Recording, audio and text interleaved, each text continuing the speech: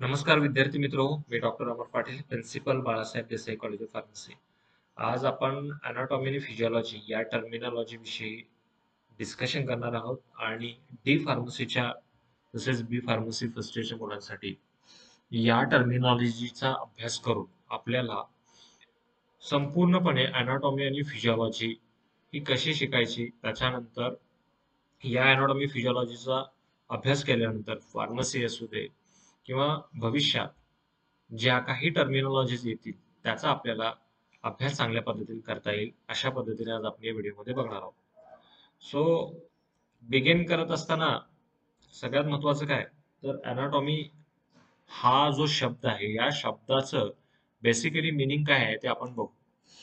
तो मिनिंग जर आपण बघायला गेलं तर ही जी एक ब्रांच आहे, ही एक शाखा आहे, या शाखेमध्ये काय केलं जातं नेमकं, तर या ब्रांच किंवा या शाखेमध्ये जो काही अभ्यास केला जातो तो म्हणजे study of structures of human body. तर डी फार्मसी जे मुलं शिकत आहेत त्यांच्यासाठी जे मराठी माध्यमातून इंग्लिश माध्यमामध्ये येतात आणि त्यांच्यासाठी किंवा ज्यांना मॅथ्स असतो, बायोलॉजी त्यांचा नसतो सब्जेक्ट, त्या विद्यार्थ्यांसाठी थोडंसं कठीण जातं. तर फार काही याच्यामध्ये अवघड नाहीये. ह्युमन बॉडी आहे ही, कन्सिडर. ओके, ही ह्युमन बॉडीचा अभ्यास करणे आणि याच्यामध्ये जे स्ट्रक्चर्स आहेत त्या स्ट्रक्चरचा अभ्यास करणे त्याला काय म्हणायचं असतं, अनाटॉमी. एक्झाम्पल म्हणजे काय तर इथे जर बघायला गेला तर वेगवेगळे पार्ट्स आहेत. जसे की आपण बघतो की आय आय आहे, तर study of I, it is a part of yes human body. So या पार्टचा जर किंवा स्ट्रक्चरचा जर तुम्ही स्टडी करत असाल, of course anatomy of the eye म्हणजेच study of structures of human eye हा एक अनाटॉमीचाच काय झाला, पार्ट झाला. तर अशा पद्धतीनं तुम्ही अनाटॉमीचा जर मिनिंग जर समजून घेतला तर फार इझी पद्धतीनं तुम्हाला सॉल्व्ह करता येईल.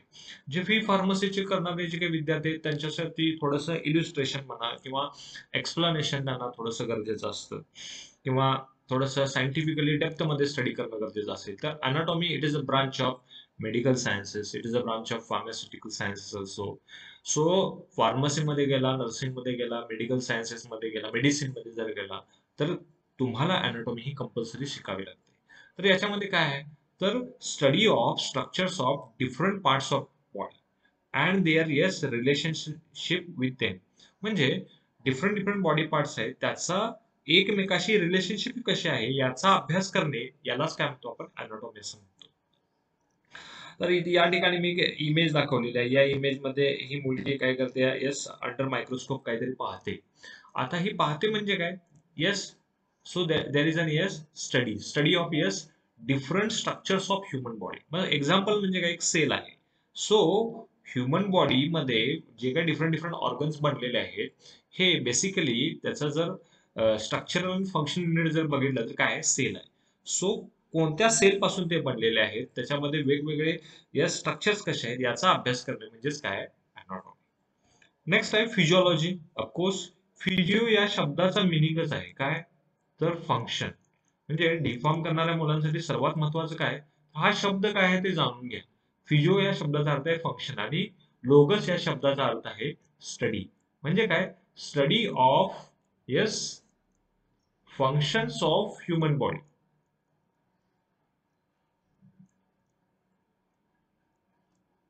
ठीक आहे.